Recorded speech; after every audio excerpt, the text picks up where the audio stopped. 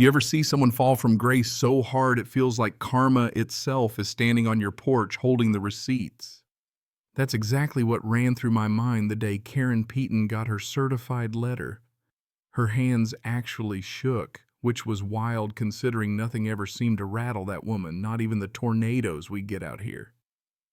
But that day, that $3 million lawsuit had her frozen right there on her fancy porch, every zero on the paper, just a spotlight on how far she'd pushed things, and honestly, seeing her composure crack even for a second almost made the chaos worth it. Almost. Let me back up a sec. 6 months before Karen's little meltdown, life at Cedar Ridge Ranch was about as peaceful as you could get. I'd been here 15 years, 30 acres, all to myself, and a private 12-acre lake that was pretty much my pride and joy. Quiet mornings, just the bass and willows for company. But nothing good ever lasts right, especially when someone like Karen blows in new to the community, somehow instantly crowned HOA president. And Karen was a piece of work, man. Power suits to the 4th of July barbecue clipboard like it was welded to her hand, strutting around like she was running a Fortune 500 instead of a rural subdivision. At first it was all little stuff rules about fence colors, livestock noise, the kind of nitpicking only someone with too much time and not enough sense gets excited about. But the moment she started eyeing my lake, that's when things tipped from annoying to personal. She showed up one Saturday with her fiancé, Brad real estate guy, slick hair, Tesla wrapped in chrome like he was allergic to subtlety. Karen put on her sweetest, we're all neighbors act, asking if the board could talk about community lake access. I just smiled and told her plain and simple, it's private property, always has been. Her lips got so tight I thought she might snap a tooth. The next week I found a whole HOA meeting camped out at the Lakeside Pavilion, my pavilion by the way, built with my own hands for family barbecues, not HOA gossip. Karen was standing out there waving at my lake like she was the queen giving away land grants. When I called her out, she gave me this line about property lines and shared resources. Luckily, I keep my property survey handy, but all she did was shrug and say we could discuss it at the next board meeting. Like hell, I thought. But it just kept escalating. One morning, hammers and saws woke me up, and what do I see? Contractors building a floating dock, Karen out there, directing traffic, telling them exactly where her future husband wanted his jet skis parked. I demanded they stop.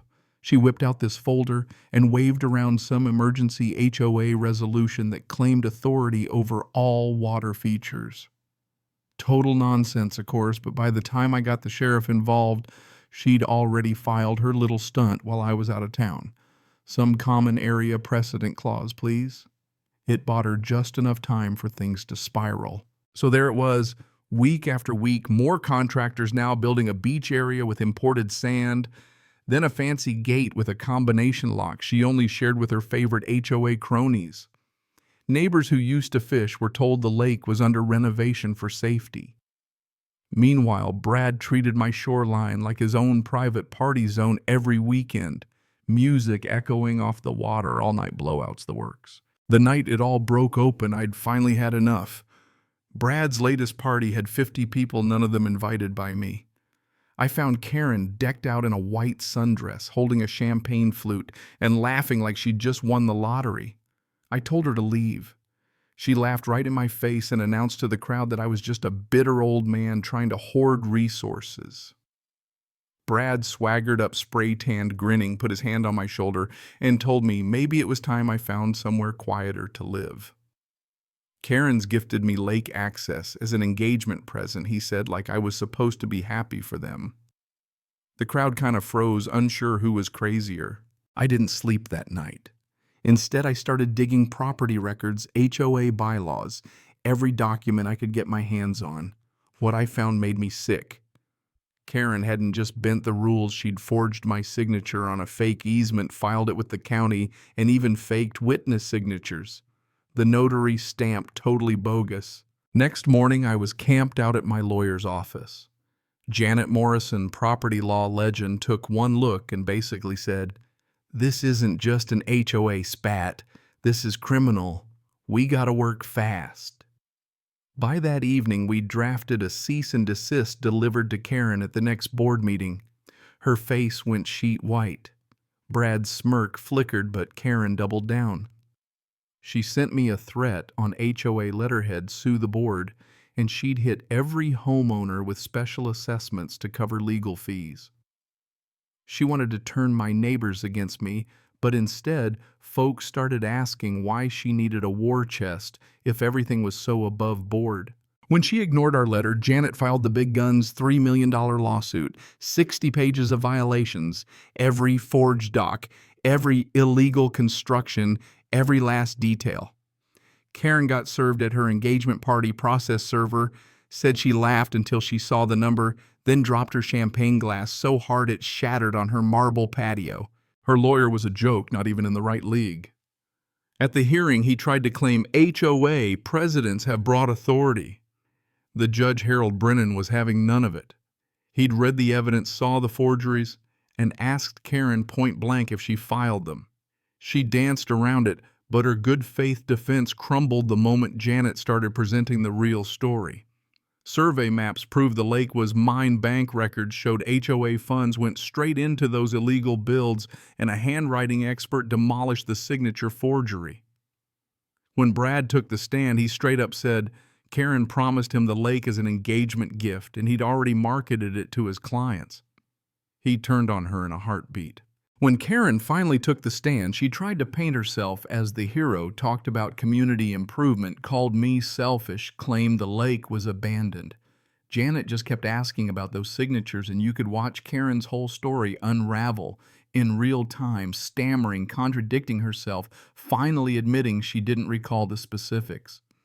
Judge Brennan's ruling was absolutely brutal.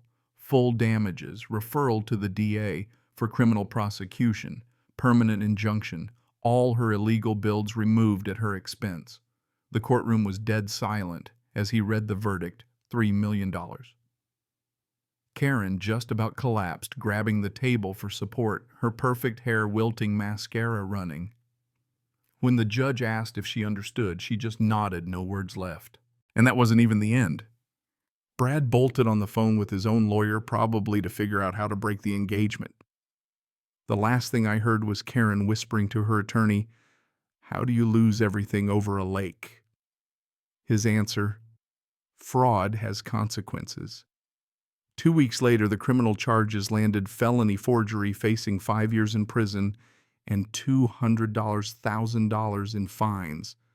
When the cops showed up, she answered the door in her trademark blazer like she thought it could still protect her. Spoiler, it didn't. The HOA called an emergency meeting that night. Community center was packed, folks lining the walls. Michael Torres, her old VP, could barely look anyone in the eye as he called the vote to remove Karen. Not a single hand raised to keep her. Even her so-called friends wanted her gone. Someone in back actually applauded.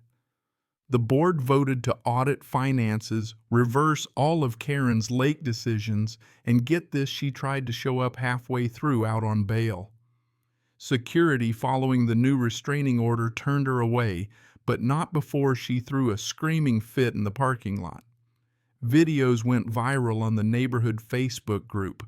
As if that wasn't enough, her employer found out she'd been a senior manager at a property management firm and had used her work email to coordinate the whole scheme, even tried to bill some of the construction to her company. Fired on the spot, license suspended, career down the drain. They started combing through every other property she'd touched just in case. Brad, he didn't just dump her. He sued to get the ring back and claimed her stunt cost him 3 major clients, since his whole development pitch hinged on that exclusive lake access. That dream was dead, and he wanted payback. A month later, the illegal structures had to be demolished. Karen had to pay, but with her accounts frozen and bills stacking up, she took out a loan against her house just to cover it. On demo day, she parked at the edge of my land just outside restraining order range and watched them tear her dreams apart.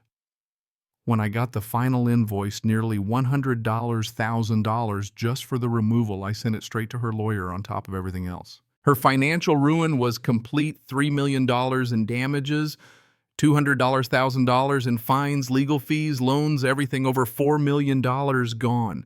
And the criminal trial even worse. My evidence HOA records the whole mountain of forged documents. They found a dozen more cases, not just with my lake, but other HOA business.